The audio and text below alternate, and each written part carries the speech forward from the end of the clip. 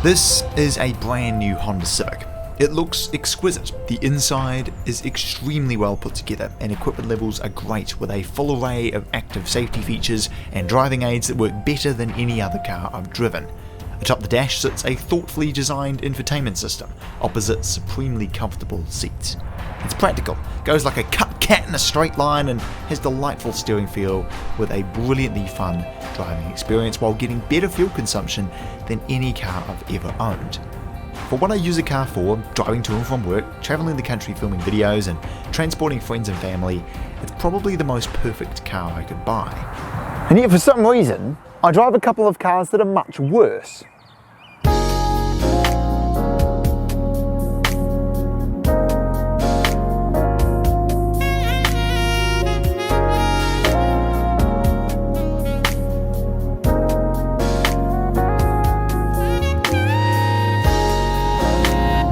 Take my ISF for instance. 10 litres per 100k is great. Around town you're going to be doing more like 15 and on track 30.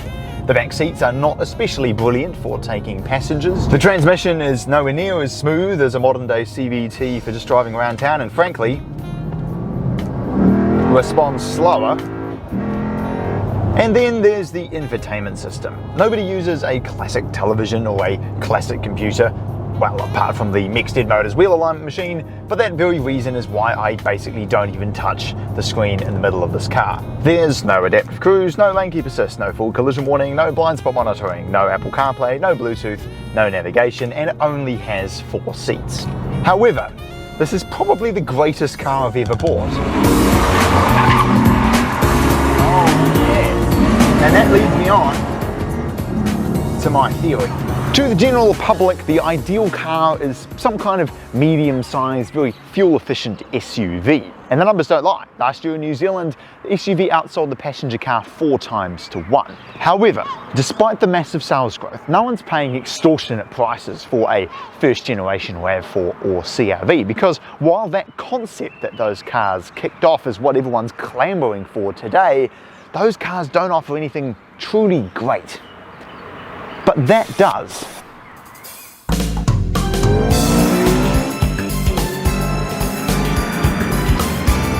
All of my favourite cars I've ever driven have something in common.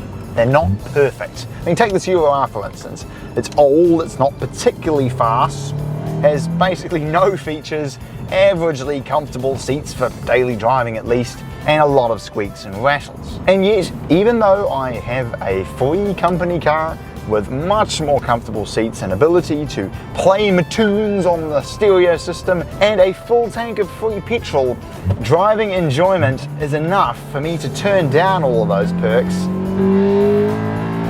for an old VTEC and Honda. Because when you get it out on a road like this, old cars come alive to deliver an experience no modern car can ever achieve. The Golf R wagon was a lot more refined and practical than this, but it doesn't sound like that. The 335 was a lot faster than this, but it just doesn't take corners like this. The way the limited slip diff works, combined with the VTEC engine and just the perfectly balanced chassis, is just unmatched. And the Accord V6 was a hang of a lot more comfortable, but it doesn't allow you to change gears like this, you know? You learn to live with the car's faults because when you finally nail that 1 to 2 shift or perfectly slide your car out of a corner or valve bounce at the top of second just to scrape every last ounce of performance out of it, the smile says it all. Some of the greatest cars I've ever driven have arguably also been some of the worst. The S660, totally impractical, looks like a shoe, fantastic. The Legacy 3-litre R, pretty terrible transmission feel and awful steering, brilliant car.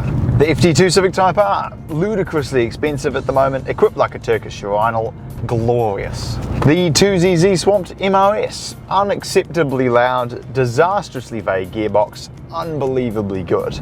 The Celica, STI, K24 S2000, Prelude, Evo 10, Mazda Speed 6, M3, the Chaser, the DC2, the K24 Fit, E30 and RS4, There's a reason why all of these cars are rocketing up in value, while other cars that are arguably better are hitting record lows. Cars like these, my Accord, my ISF, we know that they're going away. Lexus will be ditching the 5-litre V8 sometime next year, and Honda has long since turned the K-Series turbo.